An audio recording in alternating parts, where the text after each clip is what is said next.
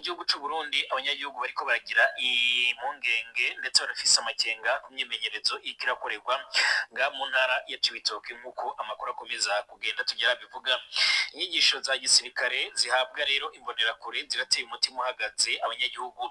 Biravugwa yuko mu shamba rya Kibira hakomeje kugenda kandi harerekeza abasoda benshi, biboneka yuko Burundi bwa buriko buritegura ingwano canga se bwamaze kugenda bwitegura intambara ku buryo bukomeye cyane, ndetse ngo iyi gahunda ikaba iriko irakorerwa na cane ku mbibi ziriko zirahuza ibihugu bimwe na bimwe birimo u Rwanda ndetse na Kongo ku mbibe z'u Burundi nk'uko amakuru akomeza. Yes, kanonye mbifurize igicamunsi kiza, igicamunsi cy'umugisha kuri utwo mu masaha igicamunsi cy'umugisha kuri utwo mu masaha nimugoroba biraza guterwa naho utwumva uherereye cyangwa se nuko ingengabihe yawe ihagaze. Hano mu Rwanda turi ku gicamunsi cyo ku itariki zigera kuri 12 z'ukwa gatatu 2024, turi ku munsi wo kwa gatatu. Birumvikana ni na gatanu munyihanganire, birumvikana tuba tugarutse mu cyitwa makuru, tuba tugarutse mu cyitwa imiripuko. Ni imirwano nahereye mu gitondo mbabwira, ikaba ari imirwano ikomeye cyane ikomeje kuba mu gihugu cy'u Burundi. Ni imirwano ikomeje gusacyanya imbonakure ndetse nabo bita Red Tabara cyangwa se abambaye uniforme zitazwi mu gihugu cy'u Burundi. Ngira ngo mu masaha ya kare twari twababwiye uko byari byifashe cyangwa se uko situation ihagaze, twari twababwiye uko ku mirongo y'imbere ku rugamba bimeze, ariko noneho turagarutse kugira ngo tubabwire noneho deployment idasanzwe mu kanya gato gashize yari irimo iba ahantu bita Cibitoke cyangwa se Kibira, mu ishyamba rya Kibira. Murabizi Cibitoke hari ikigo cya gisirikare cy'abarundi cy'imbonakure gikoreramo imyitozo. Ahangaha za Kibira hari ikigo cya gisirikare cy'abarundi cy'imbonakure zikoreramo imyitozo ndetse na za FDLR.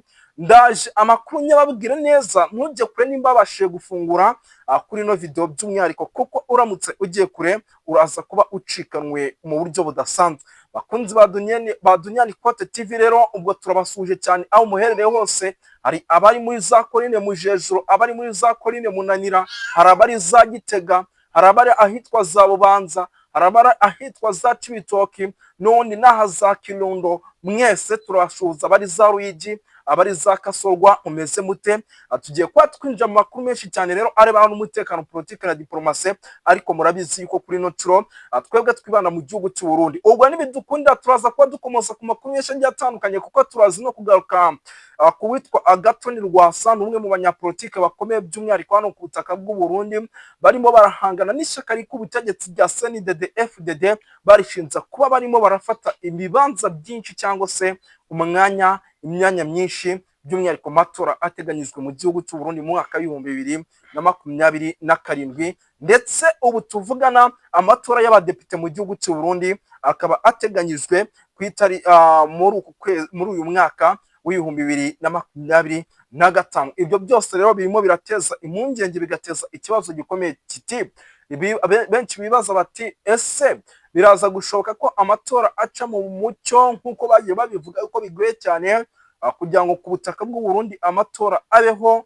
Byose nyine ni ukubikurikirana, tukaza kuba twapudetinga abantu gake gake, tukagenda tureba uko situation ihagaze. Ubwo rero gatanu kuri kagenzi kwa biraza kugusaba gukurikira nimba ushaka kumenya byinshi, kuko tubafite n'ibindi byinshi. Nk'ubu mbabwiye ko ku mupaka wa Kongo ndetse no Burundi ivumbi ryatumutse ibintu, reka sinakubwira icyitwa imiripuko ku rwego rwo hejuru, icyitwa amakamyo yinjira mu Burundi y'abasirikare b'abarundi b'imbonakure bari guhunga. Mw'Imana mwe ibintu bizakomeye. Ibyo byose ni amakuru dufite mutagomba gucika. Ubwo rero naje, murabizi nza kubita njyewe, nta kugenda gace, nta gutuza, kuko ni byinshi mbanje kubabwira gato cyane. Tubanze duhere ku kijyanye n'izi mbonerakure zamaze rwose kuba nyinshi, zikaba ari imbonerakure mw'abantu b'Imana mwe zirimo zirisukanura ahantu bita za Cibitoke. Ngira ngo iyi Cibitoke imaze iminsi mbabwira ati ni igice gikomeye hano ku butaka bw'u Burundi, kikaba kimwe mu bice bikunze kugaragaramo icyitwa aduyi, ariko ni n'igice kirimo ikigo cya gisirikare gikomeye cy'u Burundi, kikaba ari ikigo cya gisirikare gifasha abarundi kudiployinga abasirikare mu bice bigiye bitandukanye, byaba hariya mu mashyamba ya za Kibira ndetse no mu gihugu cy'abaturanyi cya Repubulika Iharanira Demokarasi ya Kongo.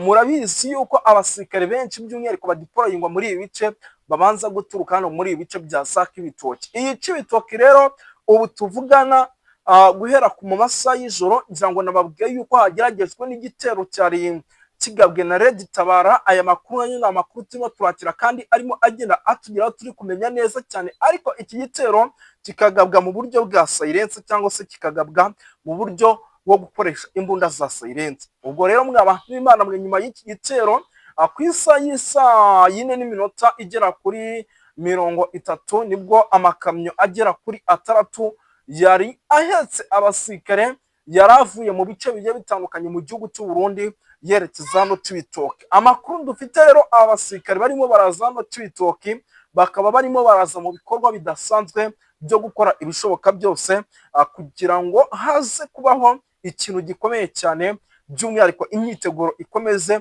Murabizi ko igihugu cy'u Burundi kimaze igihe kiri mu kaga gakomeye ndetse n'akangaratete. Ni igihugu kimaze igihe kivuga ngo uburyo ngo intambara zacyo ngo cyagiye kirwana mu Kirundo ngo barazizi, kivuga kiti barabyibuka neza abantu bahariya Bugesera, iki ibintu byinshi. Ni igihugu kimaze iminsi kigaragaza yuko isa n'isa cyiteguye intambara, kandi ni igihugu kirimo kirashyira abasirikare benshi ku mupaka nk'aho hari ikintu kidasanzwe kirimo kiritegura. Ibyo byose rero twabireba,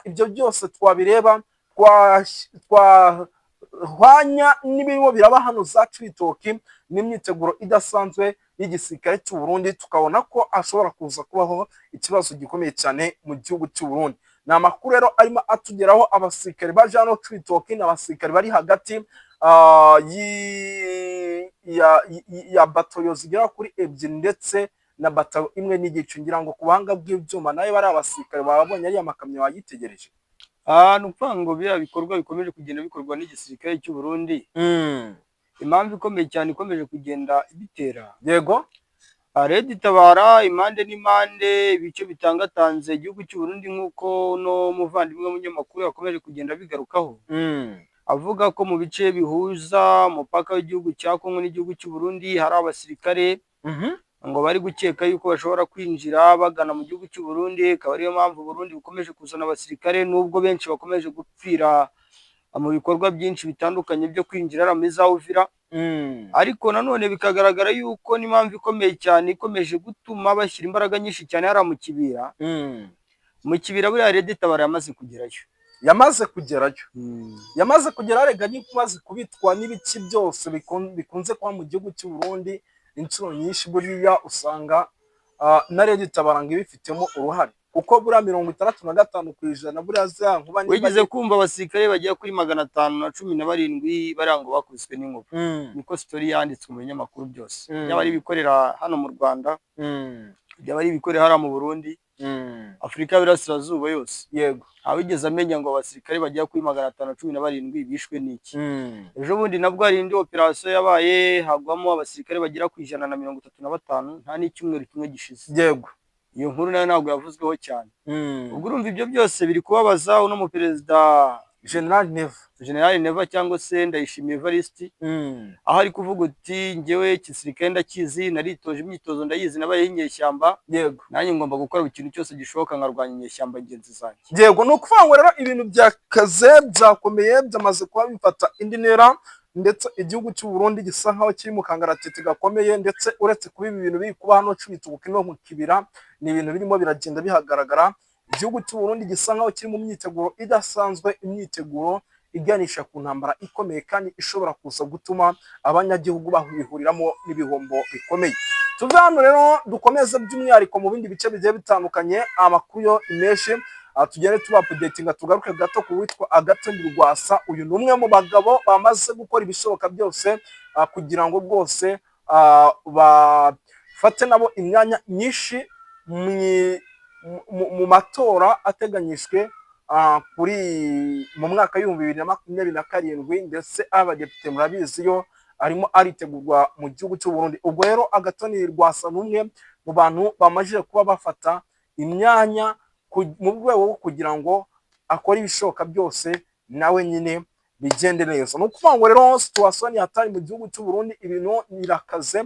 Ubu tuvugana amakamyo na n'ubu aracyatonda abasirikare abazana ahantu bita za Cibitoke. Ibi rero ni ibintu bishobora kuza guteza ikibazo gikomeye, ndetse ni ibintu bishobora kuza gushyira akaga gakomeye cyane mu igihugu cy'u Burundi, ugasanga kiri mu kaga gakomeye cyane. Kuko ibintu ndamye nashidikanya yuko bitari ibintu birakomeye cyane, ibintu birakomeye kuko nk'ubu mu misozi myinshi itandukanye, nari ndi kuvugana n'umuvandimwe hano mu Kirundo, yego ndi kuvugana n'abaturage batuye hano mu Kayanja, muri karitsiye mu Kayanja, bambwira bati rwose ibikomeje kugenda bigaragara, societe civile nk'ubu barimo kutubwira yuko buri muntu wese uzi ko yacumbikiye umuturage uzwi nko mu bwoko bw'abanyamurenge ukomoka hariya muri Sud Kivu, ashobora kuba yahura n'ibibazo, akavuga yuko nawe yafatwa nk'umugambanyi, kuko ngo bari abaturage ni abantu bagize uruhare rukomeye cyane mu kuba bacumbikira bamwe mu basirikare babarizwa mu mutwe wa Red Tabara ndetse n'uriya mutwe wa UPR cyangwa FRB, imitwe izwi cyane irwanya ubutegetsi bw'igihugu cy'u Burundi. Bwana Karimba Aimable, ndagushimiye cyane kubwo kudufasha. Murakoze cyane namwe mukurikiye Duniani Kote TV, turabashimiye cyane. Amakuru yacu nakagaruka.